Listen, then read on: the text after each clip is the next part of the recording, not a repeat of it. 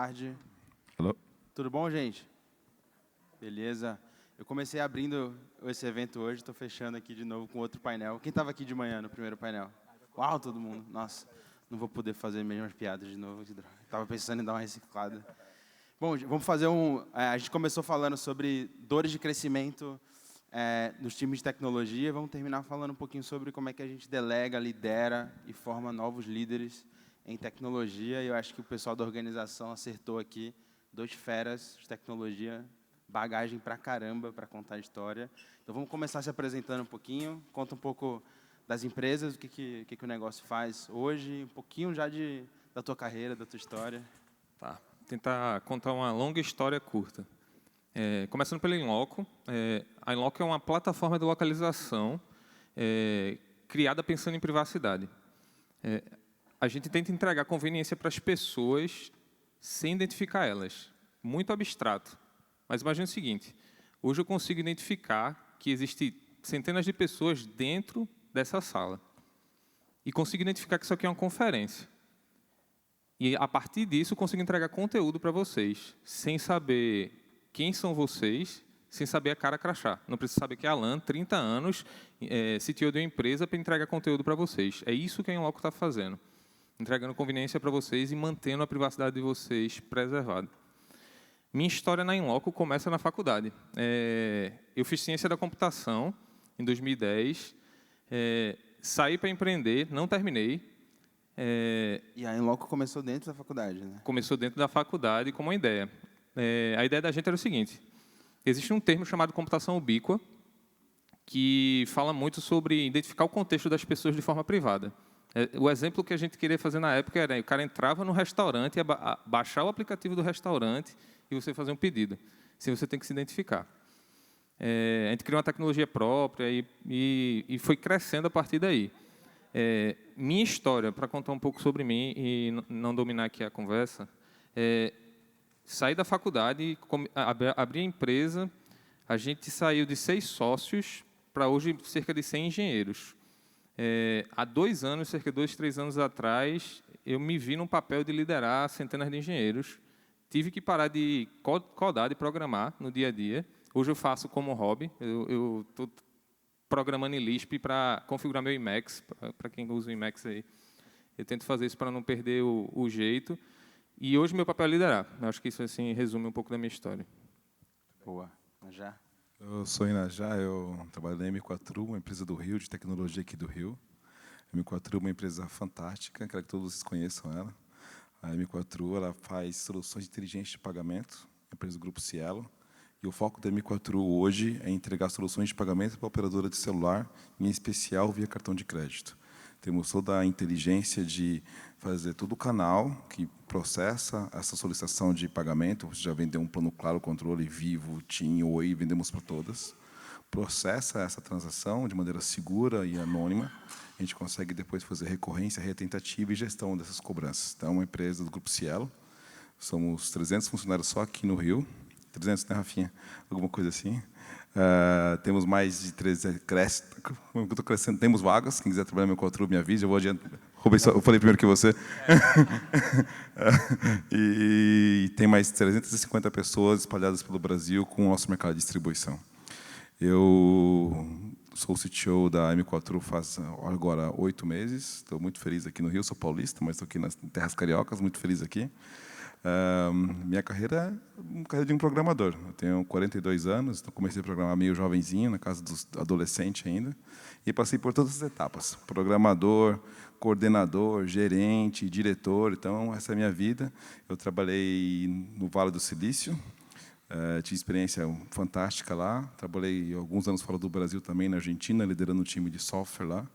E depois de alguns anos fora do Brasil, eu queria voltar para cá. Estava naquela fase de ver uma pessoa de camiseta amarela na rua, já queria abraçar e falar com ela em português, sabe?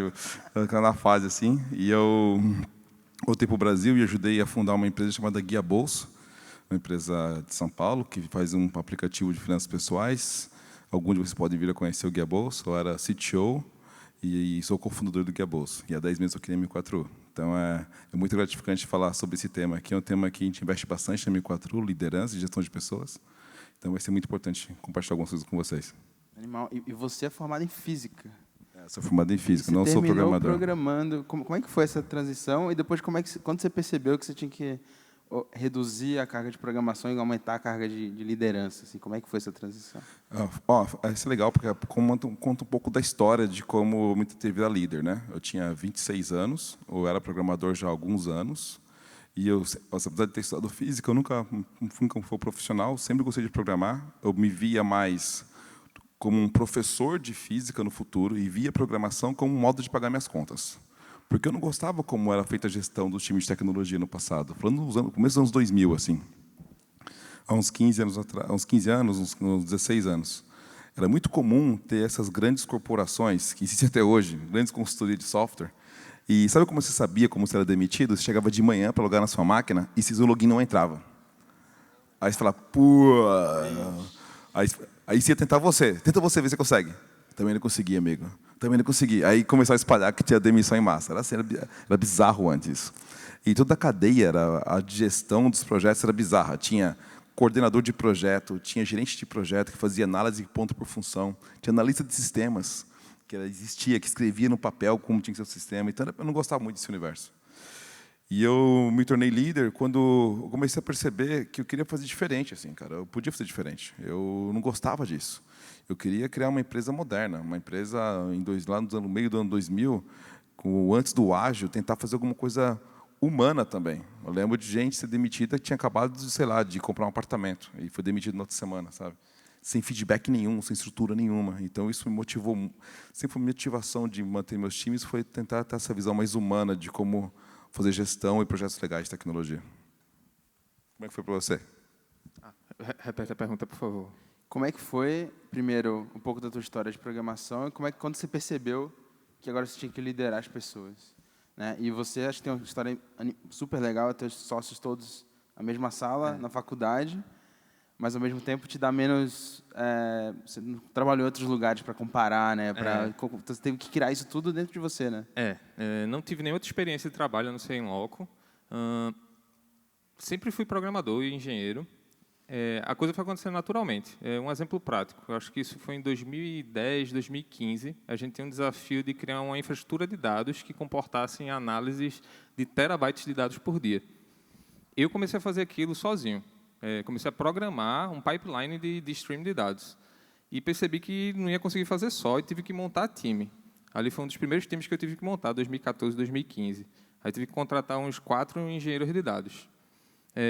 O negócio não parou de crescer, 15, 16. Quando eu vi, eu tinha 3 times para lidar com a infraestrutura de dados. E aí surgiu o meu desafio de ter líderes de líderes. Ou seja, foi bem natural. Eu não passei pela essa dor que já passou, que é de ter coordenadores e talvez muitas pessoas desenhando o sistema. Um salto natural, mas doloroso, aconteceu quando eu tive que parar de programar. Eu sou muito viciado em coisas. Quando eu começo a fazer uma coisa, eu sou muito viciado, eu não paro. E eu fui procurar ajuda. Inclusive, eu peguei uma mentoria com o Inajá, acho que foi em 2016, 2017, algo assim. E comecei... Uma dica para todos vocês aqui que estão pensando em liderar ou fazer essa mudança na carreira, conversem com pessoas que passaram por isso. Entrei no LinkedIn, saí pedindo ajuda para todo mundo e todo mundo me disse sim. Uma das ajudas que me marcou muito foi do VP de engenharia do Netflix. Eu mandei um LinkedIn para ele, ele disse sim, e foi uma ajuda bem soft. Ele falou, teu papel agora vai ser fazer as pessoas produzirem aquilo que tu produzia, fazer elas acreditarem, ou seja, liderar de fato. Pare, pense em como as pessoas vão acreditar no que você fazia antes. Aquilo virou uma chave em mim. Eu acho que isso foi de 2016 para 2017, assim, na virada do ano, quando eu tive essa conversa, virou uma chave em mim e eu parei de programar, eu juro a vocês. Com 1º de janeiro de 2017 eu parei de programar, eu programava domingo a domingo. E passei a pensar em pessoas, estrutura de time. Hoje é uma paixão. Eu fico mudando estrutura de times o tempo todo para que a combinação fique boa. Legal. E qual foi o principal desafio nisso? Acho que, no seu caso, foi parar de programar, acho que é uma coisa que você gosta de fazer. Nessa trajetória, eu não diria que foi o principal desafio. O principal desafio foi fazer as novas lideranças aprenderem a liderar. Acho que esse é o principal desafio, é o desafio que eu continuo E como é que você faz isso quando você está aprendendo a liderar também, né? Como é que foi esse processo? Errando. Errando muito. E errar com pessoas não é bom. Assim, os erros, eles demoram a aparecer e eles são bem silenciosos. Errei muito nesse caminho. Assim, se eu pudesse voltar no tempo, não erraria, mas é fácil falar quando você faz olhando para trás. Eu acho que um dos erros principais que eu cometi foi em contratação. Contratar pessoas que, no processo de contratação, eu não acreditei. E aí depois ter que enfrentar uma demissão mais pesada, porque você não acreditava, tentou dar aquela força e teve que demitir a pessoa. Foi bem pesado, assim. A minha primeira experiência de demissão foi bem pesada. Contratar foi o primeiro erro. O segundo foi, talvez, dar a liderança para pessoas que não tinham perfil, não tinham a skill, soft de liderar. Nessa minha história de 7 anos na Inloco, eu vi pessoas muito boas tecnicamente, e a gente estava conversando um pouco sobre isso, a gente pode depois mudar o tema, que não tem perfil de liderança. E acho que um dos erros que eu cometi foi botar elas para liderar times e os times ficarem sem apoio. E o contrário também é verdade. Eu já peguei times muito fortes de tecnologia e tentei elencar um líder meramente de pessoas. Também deu muito errado. Esse misto de técnico com soft é uma arte. Assim, eu demorei para aprender. Legal. E você, né? O que foi mais difícil na transição para se tornar um líder? Assim? E depois líder de líderes? Foi cometer todos os erros que eu cometi, bastante. Eu cometo ainda hoje. Desde contratar meu amigo para trabalhar comigo. Desde 6 meses não era mais meu amigo e perdi um funcionário ainda. Tipo, amigo meu fez pior, contratou a própria esposa para trabalhar com ele. Esse erro eu não a esposa dele esse ainda? erro eu não cometi. Não, ele conseguiu manter uma esposa, mas trabalhando não. Eu cometi todo tipo de erro.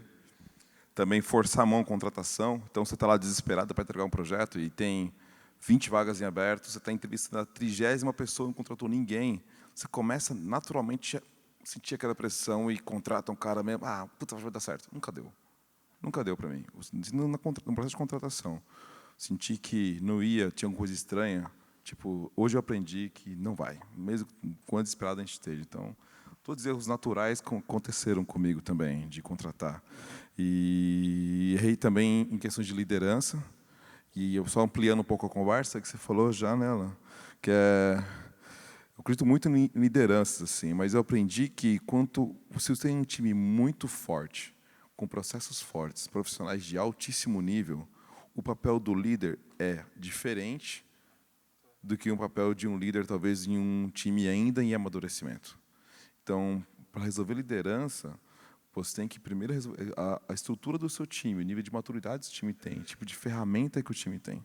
Então, a gente introduziu na M4 esse ano uma política do feedback. A gente não tinha isso antes. E eu trouxe isso do que eu aprendi isso no Guia Bolsa de outras pessoas. Se você não tem uma política de feedback, que é o quê? Eu tive que treinar os líderes a receber e dar feedback. Porque isso é uma arte. Eu não sabia fazer isso. Eu achava que sabia. Receber, então, ninguém sabe. Então, eu contratei uma consultoria para ir lá na M4, o grupo de talento e cultura, que é o time mais importante da M4 esse ano, conseguiu treinar as pessoas. E o time treinado em dar e receber feedback torna a vida do líder muito mais fácil. Então, às vezes, por que a gente acha que um líder tem que ter o great people skill? Porque, na verdade, tem muito people skill para poder compensar a falta de estrutura que tem dentro dos times. Se você cria políticas mais maduras e coloca elas de maneira universal para a empresa, o peso de ser um líder é menor. É como você operar uma máquina melhor, uma máquina mais avançada. E aí isso abre caminhos para pessoas que naturalmente não são esses super people skills a liderarem também. Então é uma boa provocação essa. Super legal. Você tem alguma coisa para acrescentar? Eu queria fazer 2 correções. Uma, não é nem correções de erros que eu cometi, mas eu queria desconstruir a imagem. Eu vejo muito na Inloco isso acontece, algumas pessoas muito boas tecnicamente com medo de assumir liderança. E elas têm o perfil de liderança, elas têm medo de assumir por medo de parar de programar. Pô, é um negócio que eu gosto tanto e tal. Não necessariamente. Eu tenho casos de pessoas que programam hoje e lideram times de até 10 pessoas, e isso funciona bem para eles. O meu caso é um pouco diferente, eu já estou com muita responsabilidade, eu não consigo agir dentro de um time, porque eu acabo atrapalhando o time. Eu não vou conseguir ter aquela entrega que deveria ter. Dois, eu implementei um negócio e eu queria ouvir tua opinião, né, já que foi o seguinte, para evitar aquela contratação por necessidade, botar uma pessoa de outra área para avaliar a parte comportamental, porque aí tira um pouco da pressão. Eu não sei se já fez algo parecido, eu fiz isso, funcionou bem para algumas áreas, para vocês terem ideia. Então explica isso. Tem um processo de entrevistas e uma dessas pessoas é de outra área. É de outra área. Assim, o que a gente fez, isso foi feito principalmente para não tecnologia, mas eu estou começando a aplicar em tecnologia, que é para tirar um pouco do peso da necessidade. De 10 pessoas que estavam participando do processo seletivo em outra área, 9 não passaram. Isso aconteceu. Mas por quê? Porque estavam passando pessoas no filtro no começo por necessidade. Muito bom. Quando você fala por necessidade, você está precisando daquela vaga de qualquer jeito. Às vezes a pessoa é mais ou menos, vamos trazer logo porque estamos ferrados aqui, né? Está na 10ª entrevista, você está cansado de procurar, 3 meses de vaga aberta, você contrata. Bom, eu passei pela fase, você deve ter passado por isso também. Né? No começo, eu entrevistava o cara e contratava o cara. Tipo, né, durante muitos anos eu fiz na minha vida, e foi a realidade de muita gente. Então, de uns anos para cá, claro, com o crescimento das empresas, a gente mudou o processo. Então, hoje tem um processo lá, né, na M4U, e algumas dicas que eu posso falar sobre isso, que a gente está avançando lá ainda, que é um colegiado, então tem alguns líderes que fazem, mas também era muito líder, de ter alguns líderes técnicos que aprovavam, e eu estou tentando empurrar agora, porque, para mim, quem tem que fazer parte dessa contratação, não o outro departamento, mas, por exemplo, os júniores que acabaram de ser contratados. O time contrata, e é um processo que a pessoa vai lá e participa, você está na cadeira, etc. A gente estava falando ali fora, né? Por que isso é importante? Porque, primeiro, geralmente o líder contrata, mas quem trabalha no dia a dia com ele é o time, né? Então, o time tem que ter um poder de decisão ali. Geralmente, os júniores e os estagiários que estão no time, eles têm essa visão, a primeira vez deles, eles conseguem se sentem privilegiados no processo, e são eles que vão estar interagindo com essa pessoa diretamente. E eu estava brincando que é muito people skill, né? Acho que a carreira de developer hoje, em tecnologia em geral, você tem que manter um core técnico, de conhecimento técnico seu atualizado, você tem que entender isso, mas você tem que entender que software é um esporte coletivo, fazer tecnologia é um esporte coletivo. Então, você tem que saber conversar com as pessoas, tem que saber se posicionar numa reunião diária, daily que seja, você tem que saber negociar escopo com o PO. O PO tem que saber a habilidade de negociar escopo com o developer e velocidade, entrega. Então, é muito importante isso. Nosso número, eu estava brincando assim lá fora, e eu tive a oportunidade de trabalhar com muita gente na minha carreira, talvez milhares já de developers na minha carreira. Eu não lembro de nenhum developer não ser bem-sucedido por questões técnicas. É muito raro isso. As pessoas não são bem-sucedidas por questões pessoais, e isso é bem importante no processo conseguir averiguar. A gente hoje cedo falou da história da carreira em Y. Você falou que você não acredita muito, eu acho que pelo menos está morrendo. Explica um pouco melhor aí, qual é a tua... A gente está debatendo isso bastante aqui lá fora. fora. Tem uma discordância aqui. Tem uma discordância então, aqui. Esquentou, Tem uma discordância. Bom, eu vou contar um pouco de história para isso. Naturalmente, no passado, o trabalho que a gente faz hoje com 10 developers numa sala, um grupo de 10 pessoas, um PO e 9 developers, ele tinha que ser feito por 200 há 15 anos atrás. Esse é o nível. A tecnologia evoluiu muito. Tem muita startup que não precisa nem codar mais. Você consegue fazer coisas semi-prontas na internet, consegue evoluir bastante. Claro, tem trabalho, etc. Imagina a Amazon, imagina como era o mundo sem AWS, sem nuvem, sem cloud. Você tinha que ligar lá na Div ou no local web, configurar na mão, só isso você perdia tempo pra caramba. É muito rápido isso hoje. Isso quer dizer o quê? Com a velocidade, o nível de que você gasta com o seu tempo realmente codando, fazendo feature pesada, é menor. Você sempre trabalha customizando alguma coisa com foco no produto que você está entregando. Nesse cenário de alta produtividade que nós temos hoje, você consegue formar times tão produtivos que o principal valor que eles têm é discutir entre eles. Imagina uma startup começando 4 pessoas. O quanto de interação técnica eles precisam ter, mas também interação humana. Também com a horizontalização das carreiras, antigamente tinha coordenador, analista, gerente. Hoje não, cara. Hoje, duvido onde foi CTO você e uma galera codando com você. Né? Durante anos, nas empresas sempre foi assim comigo. Então, é mais horizontal. O diálogo é importante.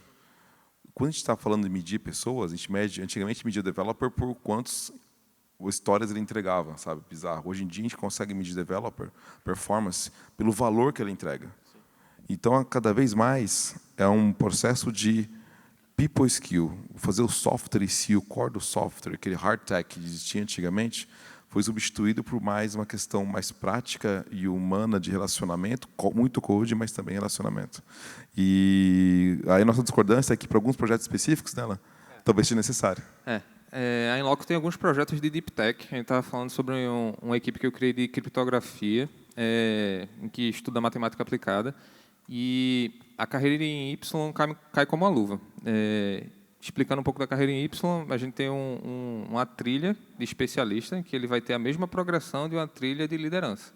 Coordenador, gerente, diretor, ele vai crescer como sênior, especialista, principal, fellow. Funciona bem. O ponto de discordância de Inajá eu não consigo ver essa pessoa subir na carreira, e me corrija se eu estiver falando errado, se ele não tivesse people skill, se ele não tiver essa parte de pessoas.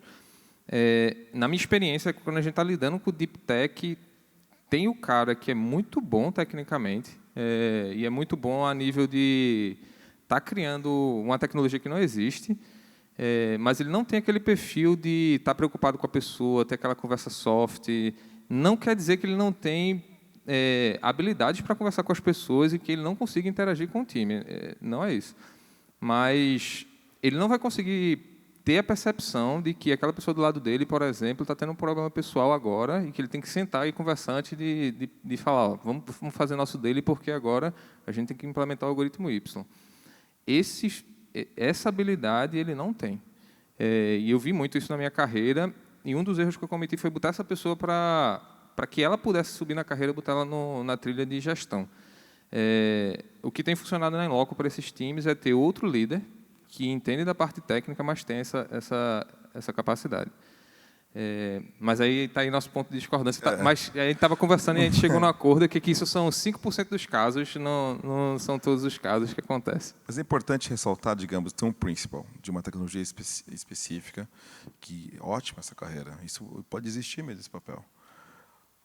Se ele tiver a habilidade de... E eu não vejo como ele não ter isso, de se comunicar corretamente, de conseguir motivar as pessoas do time dele, ajudar no processo, ele tem que ter algum nível de skill para poder potencializar o próprio talento que ele tem. Eu não consigo falar a parte de gestão. Como a gente resolveu isso na M4U, estou tentando resolver isso lá. Tem um grupo novo de trabalho lá, que são os Tech Gurus. Os Tech Gurus são responsáveis por times de software, e muitos deles estão fazendo isso pela primeira vez. Então, para eles, estão nesse mesmo dilema. Não sabe ainda se posicionar corretamente, está nesse processo de aprendizado. Eu queria que eles fossem mesmo assim líderes. Então, o que está acontecendo na M4U é criar essa estrutura, tanto com cursos internos, de feedback, etc. Também tem uma estrutura interna nossa, que são as business partners, que o time de talento e cultura é muito importante, para dar suporte a essas pessoas. Então, depende muito do tipo de suporte que a empresa pode dar para esse principal, para tentar tirar o peso dele de realmente ser gestão da feedback para as pessoas sozinho, entender se o cara está mal. Você pode evoluir em curso e estrutura para minimizar isso, porque eu não vejo como o cara evoluir na carreira hoje, em tecnologia, sem realmente ter, no mínimo, alguns skills básicos de negociação, diálogo, apresentação. Um principal tem que subir num palco e falar do jeito dele, gaguejando, etc. Mas tem que vir aqui e poder se comunicar. Então, acho que dificilmente eu consigo ver papéis, eu acho que 95% nesses 5, 2, 3 que talvez exista, né? A gente não sabe. Mas o ponto que a gente está falando é que, nas empresas, é comum, é tão raro ser necessário isso, né? E as pessoas acham que isso é muito comum. Eu não quero fazer gestão, sabe? Eu não preciso ser people skills, só quero codar. E eu acho que isso, as pessoas dar uma discussão sobre o quão fácil as pessoas se cedem, né? À tentação de achar que é X e Y. Não sei. Vai depender da habilidade de cada um. Eu acho que esse é o ponto. Assim, eu já tive casos da pessoa ter esse perfil de, eu só quero codar. Ele começou a desenvolver aquela habilidade de gestão e eu consegui convencer ele, testa. Ele testou por 3 meses e virou um líder excepcional. E já teve o caso contrário. Eu testei, se eu não pudesse voltar, se a carreira não fosse em Y, ele não estaria comigo, por exemplo. Ele era uma pessoa que entregava, tinha skill de colaboração, mas o negócio dele não era se preocupar com pessoas. Se eu chegasse com ele, vamos falar de avaliação de performance, ele dava um tiro na cabeça. Puf. Ou seja, a carreira em Y, acho que é um mecanismo para evitar que essa pessoa não tenha um lugar no mercado, vai. Uma forma, né? A próxima pergunta eu vou abrir para a plateia, tá? Então podem ir se preparando. A próxima, deixa eu só fazer mais uma. Você vai ser a próxima, garanto. Lá na Endeavor a gente fala muito que o fundador, os empreendedores, têm que crescer na mesma velocidade que as empresas. Só que vocês estão em empresa de alto crescimento. No Guia Bolso, na M4U, na Inloco, está crescendo 100%, 200%. E aí você pensa, cara, imagina um atleta sendo 100% melhor a cada ano, é impossível. O que vocês fazem para ser 100%, 150% melhor a cada ano? E o que vocês fazem para que o time tente acompanhar, né? Tá, vou começar pelo time. Não fuja não, vou votar em você. Tá bom. A gente implementou uma coisa maluca lá que a gente chamou de a trilha rápida, o fast track para a parte de performance. Pegando lá do começo, o cara entrou na Inloco, é um estagiário. Se em 3 meses ele tiver uma performance alta, ele vai ser promovido para júnior. Se em júnior, em 6 meses ele tiver, ele vai ser promovido para um step X. Eu não quero chamar de pleno porque os nomes não vão casar. Se em 6 meses de novo ele tiver, ele vai ganhar a mesma coisa que um sênior. Ou seja, em 1 ano e meio, ele pode chegar em sênior. E aí, por isso que a denominação de sênior no mercado não faz sentido para a gente vai ter que usar outra terminologia. Isso foi um negócio que a gente implantou e está dando muito certo, porque a gente é uma empresa de alto crescimento. Isso são os casos excepcionais das pessoas de alta performance. Quantos por cento caem nisso? Qual são os índices? Eu vou chutar uns 20% caem nisso. E o resto fica como? Fica em aí outra, tem uma média, aí vai descendo, aí tem uns limites. Eu não vou lembrar de cabeça, eu lembro só da trilha rápida. Sobre eu mesmo, caramba, difícil. Como eu faço para aprender rápido? Como é que eu faço para me adaptar rápido a isso? Eu acho que um ponto importante, eu falei aqui, é achar mentores que passaram por algo parecido. Isso é muito importante, porque às vezes você está fazendo a coisa certa, só que você está fazendo a coisa certa sozinho. E aí você fica com aquela impressão de que você está se afogando no mar. Isso aconteceu muito comigo.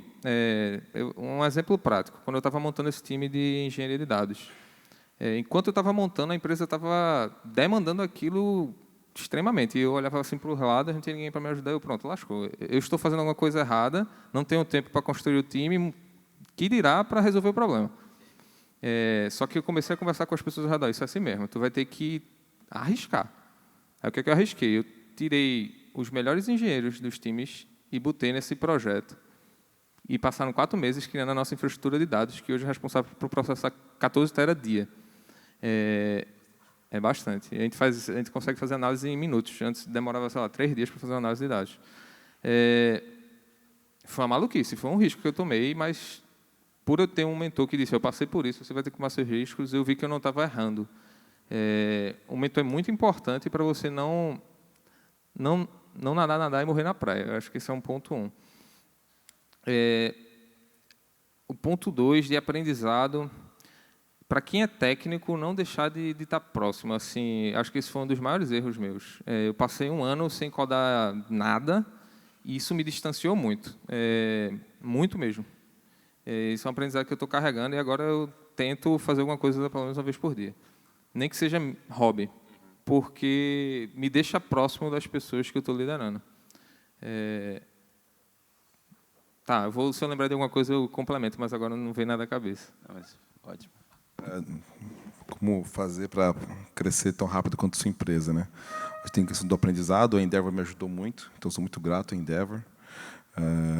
Quando eu comecei a falar um pouco do Guia Bolso, o Guia Bolso tinha um desafio de segurança muito grande. E eu, como developer, pensava que se fazer segurança era criptografar o dado, achava em algum lugar escondido e já era. E tinha muita coisa que eu aprendi com muita gente. Errei bastante. E é uma jornada, né? Eu brinco que fazer uma startup, você tem um dinheiro curto, recurso, você tem que chegar o mais longe possível com aquele dinheiro. Você nunca sabe se está na velocidade certa ou não está. Você não sabe se você está fazendo de mais ou de menos. Você não sabe se tem mais time, menos time. Você não sabe quanto tem que contratar. Então, conversar com pessoas sempre me ajudou bastante. O que me ajudou muito também nesse crescimento de visão, assim, foi planejamento. A gente sempre teve um planejamento forte lá em tecnologia, do tipo, quando a gente quer estar, quais as nossas metas para os próximos X meses, 3 meses. Porque tem um sonho lá em cima, de que alguns anos vai acontecer, e já está acontecendo em alguns casos. Mas 3 meses, qual a nossa meta aqui? Mesmo no Guia Bolsa, a gente ficou um ano meio que codando sem nenhum propósito, sabe? Fizemos muita coisa, mas a gente nunca sabia se estava bom. A gente começou a colocar milestones mais fortes. Esses próximos 3 meses, a arquitetura tem que estar nesse nível, porque a gente quer entregar esse valor para o negócio, porque tem essa meta de negócio que a gente quer entregar. Então, gestão é muito importante. Então, gestão tem um papel fundamental para você saber se você tem a visão, se você está no caminho correto, na velocidade correta, gastando recursos de forma correta. Eu aprendi que não é menos um sentimento isso, e muito mais um processo que você consegue escrever, e você, como as pessoas que têm papel de liderança, os líderes são responsáveis por manter essa visão mais clara. Legal que vocês falam de mentoria, né? Porque eu acho que é uma coisa que vocês usam muito, e vocês também mentoram outros. Os dois que eu sei, então, muito bacana. Diz que aprender com os erros é bom, mas aprender com o erro dos outros é mais barato, né? Vamos abrir para as perguntas? Vamos lá começar com você? Não sei se tem um microfone para ela. Deixa eu te levar aí.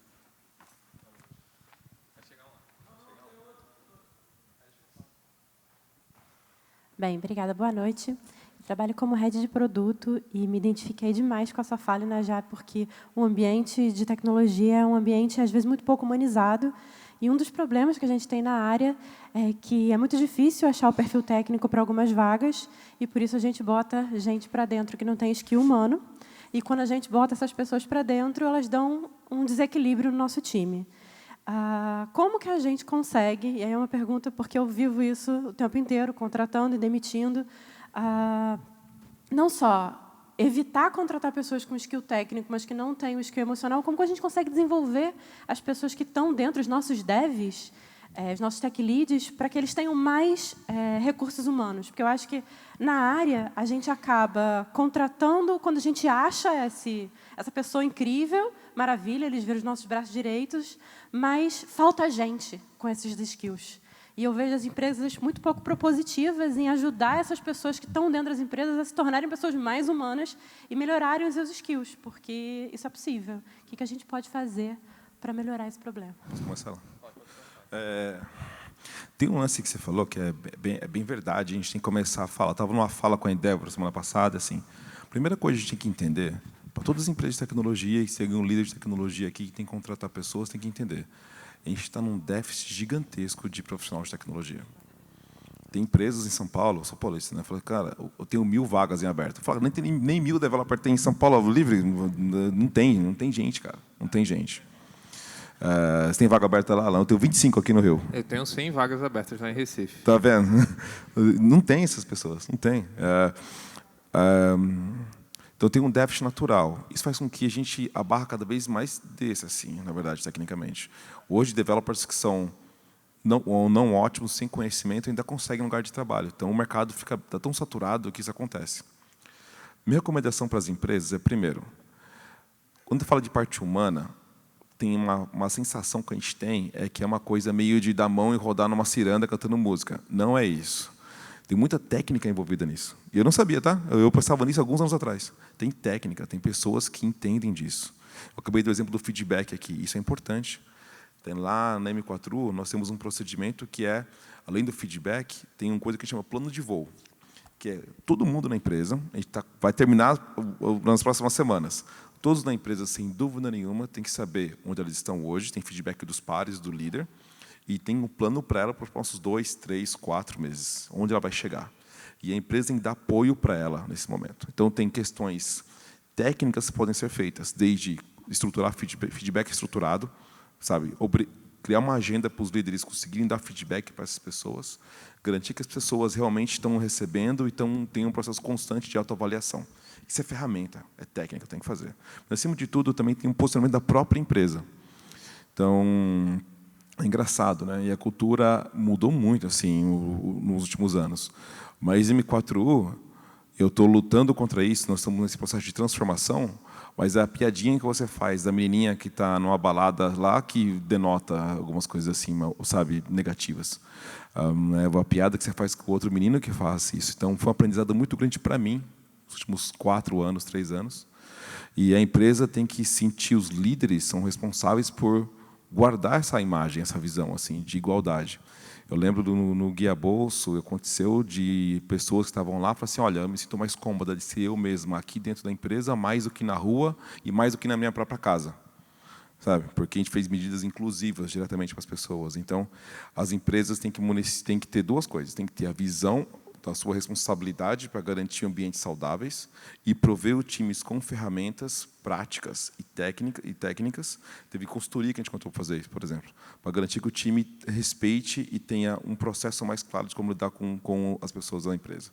Se fizer isso bem feito, ainda assim vai errar na contratação, ainda vai chegar gente lá, mas aí, naturalmente, a pessoa tem ferramentas para poder ser ouvida e falar também. Isso é importante. Difícil complementar depois aqui. Eu não vivi o que Ina já viveu de ter que implantar isso na empresa e passar por esse momento.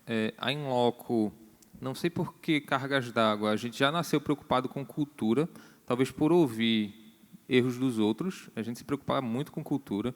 Cultura de feedback existe desde a fundação da empresa. Se alguém não der feedback no mês, está errado, é um líder que está fazendo algo errado. Mas eu me lembrei agora de uma mentoria que eu peguei com o Inajá e que eu implementei algumas coisas e funciona. Eu lembro de uma dica que ele deu. Tenta trabalhar as pessoas em pares. Pega uma pessoa e bota do lado da outra para elas trabalharem no mesmo problema. Eu vou botar algo a mais nessa dica que ele tinha dado. Pega duas pessoas que têm perfis diferentes e que tu quer que elas se complementem. Isso foi um negócio que eu fiz na minha carreira e funcionou bem. Um cara que é muito rápido, desenvolve muito bem, mas não se preocupa com pessoas. O outro cara, ele tem uma preocupação em como as coisas não têm que ser organizadas e tudo mais. Botei os dois juntos. Um ficou mais rápido, o outro mais organizado, por incrível que pareça. Às vezes dá errado, às vezes eles não batem os gênios, não faça isso. Talvez é uma sugestão prática de algo que pode ser feito para você humanizar uma pessoa que talvez não tenha essa skill de gestão. Outra é fazer ela vivenciar o desafio. Os maiores casos de aprendizado que eu tenho é dando um desafio de gestão para ela, deixando claro, isso aqui é um problema. Você enxerga ele. Às vezes, a gente cobra do engenheiro que ele enxergue um problema de gestão de pessoas, só que a gente nunca conversou sobre isso com ele. É meio que cobrar do cara que ele enxergue um mundo que ele não vê. Não sei se eu fui claro, mas estabelecer o problema e tentar resolver o problema junto com a pessoa, acho que é importante. Assim, isso como líder, né? Muito bom. Quem mais podemos falar? Brunão. Você pergunta? Tudo bem? Só avisar, pessoal, desculpa, Igor. Tudo bom? Não vai ter tempo para muita pergunta. A gente vai estar aqui fora, depois de acabar, para conversar com vocês, quem quiser, tá? A gente pode ficar aqui, batendo papo, tá? E quem quiser, procura a gente, depois fica à vontade. Obrigado, Inajá. Brunão. E aí, tudo bom? Mais especificamente, eu acho que o Alan começou a responder a pergunta que eu ia fazer, mas só para garantir mesmo, ou se não tem algum complemento. Você comentou sobre líderes, pessoas de tecnologia que até têm o skill, possivelmente, para ser um líder, mas ele acaba tendo esse medo, acreditando que não consegue. E eu ia perguntar exatamente, tipo, num cenário desse que você já passou, o que tu faz, às vezes, para fazer esse cara enxergar, ou até para complementar, porque às vezes ele tem parte do skill, sim, mas tem alguma coisa a mais que fala, olha, você tem quase tudo, falta um pouco. Entendeu? Então, como é que você faz para treinar esse cara, para enxergar essa diferença? Se ele tivesse todas as skills, ele estaria liderando. Esse é um ponto. Outro ponto é desmistificar algumas coisas. A gente estava conversando sobre isso aqui antes, que teve algumas lideranças minhas que ficaram com medo de ser líderes porque eles ficaram com medo dos engenheiros chamarem ele de operador de Excel ou operador de Google Docs. Que é o cara pode programar, só vai mostrar planilha para mim. Desmistifica isso, pô. Eu acho que os primeiros passos que tu tem que dar quando tu está criando uma nova liderança é estar perto e desmistificar, porque tu passou por isso. Eu tenho certeza absoluta que você passou por isso. Esteja perto, faça com que ele se sinta amparado e que ele enxergue quais são os problemas de liderança que ele tem que enfrentar agora. Sobre ele querer ou não, às vezes tem que dar uma forçadinha. Dá uma forçadinha, pô. Faz ele enxergar o lado bom da força. Minha sugestão para tu é essa. Se tu esperar que seja uma vontade genuína dele 100%, não vai ser. Eles nunca vão dizer agora eu sou líder. Incomoda. Minha sugestão. Só comentando também, aproveitando, passei por isso algumas vezes, se você chega para o cara e fala assim, você vai ser líder, o cara se assusta mesmo. Ele está ali, está naquela vontade. Mas você fala assim, se eu ter estrutura, eu vou colocar uma pessoa para te ajudar, uma business partner para ajudar, feedback. Eu, pessoalmente, vou estar com você, uma vez a cada 2 semanas, falando com você. Então, para mim, de novo, volta no ponto líderes precisam de estrutura da empresa para poder darem certo. Porque daí a chance de você ter mais líderes só aumenta. Sabe? Então, isso é um pouco ser líder de jogar o cara lá, agora seu líder, vai aí, eu vejo acontecer muitas vezes, e aí depende do cara ter talento para sobreviver. E você perde uma pessoa nessa.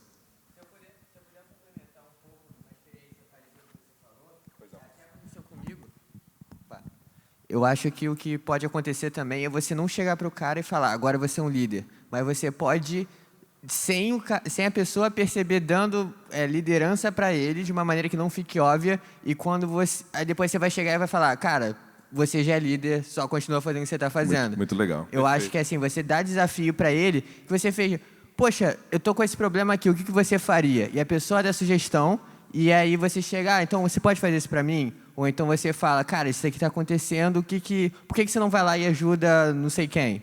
E aí a pessoa, aos poucos, ela tanto ganha a liderança que ela não tinha habilidade de liderar, e mesmo assim ela não fica com aquele medo de dar o passo.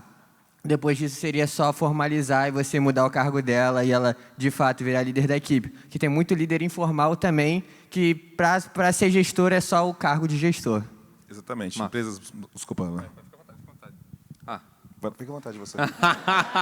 Eu sou mais velho, mas você pode falar. Vai, obrigado. Ele fica tratando como o senhor. Os mais novos primeiro. Uma coisa que a gente está fazendo na Inloco tem funcionado bem. A gente dá 3 meses de teste para o cara saber se quer ser um líder ou não. Uma sugestão. Para as primeiras tarefas, dá sempre um feedback positivo, principalmente para o primeiro mês. Porque o cara já está assustado, está no novo desafio. Se você vier com a carga que você tem da empresa e transparecer nele, não vai funcionar. Você pode ter o processo que for, a gestão, o BP. E eu cometi esse erro muito. A gente, fazendo uma startup crescer, às vezes a gente recebe muita pressão e a gente transparece isso para os líderes. E aqueles que estão começando não deveriam sentir isso agora. Eles precisam de suporte. Eu acho que esse é o ponto. Se tu der suporte até sentir, tenham confiança. Porque, em última instância, o que tu está querendo construir com ele é uma relação de confiança que ele vai conseguir liderar um time e, quem sabe, vários outros times, né? Eu queria complementar, voltar no ponto, resumindo uma frase que eu gosto muito disso, é assim, times saudáveis naturalmente geram líderes. No começo, informalmente, se você cria um ambiente de time, sabe, todo mundo pode dar opinião, todo mundo tem autonomia para ter iniciativa, é um ambiente propício. O cara vai errar e acertar para formar um líder. Acontece naturalmente. Então, é muito bom ouvir isso, né? Tipo, de você, legal que você está colocando isso aqui. A gente tem que buscar esse momento, assim, de líderes naturalmente começarem a aparecer na sua carreira, na sua empresa. Legal. Lá em cima tem uma pergunta. Oi, tudo bem? Eu sou Nathalie, eu sou de produto também. E a gente falou muito de escassez hoje. E a gente tem visto de 1, 2 anos para cá também que a gente já não compete mais só internamente, mas a gente compete com países de fora também.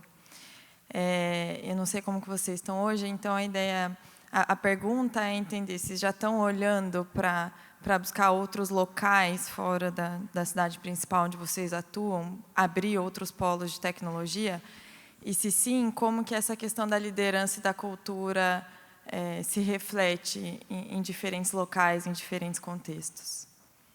Tá. Falando da Inloco, a Inloco é sediada em Recife. A gente tem uma base em São Paulo, no Itaim, que não é de tecnologia. Primariamente é comercial, vendas, atendimento. Eu estou super aberto a montar outra base. Eu não escolhi onde ainda, mas coisas que eu quero testar, dada a escassez. Trabalho remoto, principalmente para pessoas que têm uma certa senioridade. E começar a importar talento, trazer pessoas de fora. São 2 coisas que eu quero tentar fazer ainda esse ano. Sobre a base, eu tenho as minhas ressalvas, que é de cultura. Nesses 7 anos de Inloco, a gente tentou montar base em outros países. A gente já tentou na Europa, já tentou nos Estados Unidos, já tentou na América Latina. Não só de tecnologia, mas uma base de operação. E todas as tentativas falharam. A gente tentava montar um time sem ter uma pessoa da Inloco lá presente 100% do tempo. O que a gente está fazendo diferente? A gente vai montar uma base agora nos Estados Unidos. Vai estar acontecendo agora em novembro e André, que é nosso CEO, está indo para lá. É uma base que vai ter, primeiro, um time de produto para a gente levar Inloco para os Estados Unidos e depois vai se transformar numa base de engenharia. Por quê? A expansão da Inloco em outros estados só funcionou quando foi assim, quando a gente levou gente da Inloco para estar lá, porque a cultura vem de dentro. Essa foi a minha experiência. Assim. Estou super aberto, mas é algo que eu estou experimentando aos poucos. E lá nos Estados Unidos vocês vão poder contratar americanos, vocês podem achar os brasileiros que moram lá, que querem trabalhar para a empresa brasileira. Também. Repatriar. Primeiro, eu já perdi times inteiros para fora do Brasil. E tem toda uma questão que, honestamente, muitos vezes pediam feedback para mim. Ainda já, o que você acha? Eu falo, acho que deve ir. Então, tem um pouco disso também. Acho que o líder tem que ter essa visão de que pessoas terminam ciclos, às vezes, na sua empresa. Né?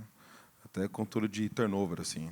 Eu trabalhei anos, às vezes, em empresas. Então, eu via meninos que chegaram como estagiário comigo, ficaram 1 ano, foram contratados, pleno, júnior, sênior. Infelizmente, tem essa denominação ainda no mercado. E, em algum momento, cara, eu ia para a Alemanha, perguntou para mim, vai, passa 2 anos na Alemanha, vive sua vida, aproveita. Então, eu vejo a gente tem que ter leveza, sabe, um pouco na vida. Assim. Mas, é claro, temos depois a solução para como resolve, porque precisa colocar alguém nesse lugar, essa pessoa poder trabalhar. A M4 está investindo bastante em trabalho remoto, então não tem muito jeito. A gente foi para um evento, contamos um menino de onde, a Rafinha tem que me ajudar. Acho que é do Amapá que a gente contou o menino, cara. Então, no meio de Goiás, cara, outros meninos de Goiás. Então, a M4 está expandindo assim, para outros estados brasileiros. Acho que tem um developer de cada estado já, na M4. E aí, falar um pouco sobre cultura. Né? E também repatriar pessoas, nosso plano. Não pretendemos hoje ter um escritório fora. Muitas pessoas fizeram isso, o Nubank fez isso agora, né? O Edward fez isso lá, e é uma estratégia legal. A gente está um step antes ainda, que é trabalhar remoto. E aí fala um pouco de cultura, né? Engraçado, falar de cultura, para mim, é um tema muito complexo, porque se perguntar para a gente aqui o que é cultura, dificilmente vai ter consenso. Primeiro, começa por aí, assim.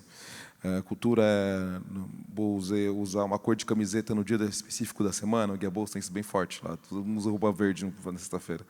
Mas isso na cultura não é essa. A cultura transcende a isso. É como a empresa opera, quais são os valores da empresa.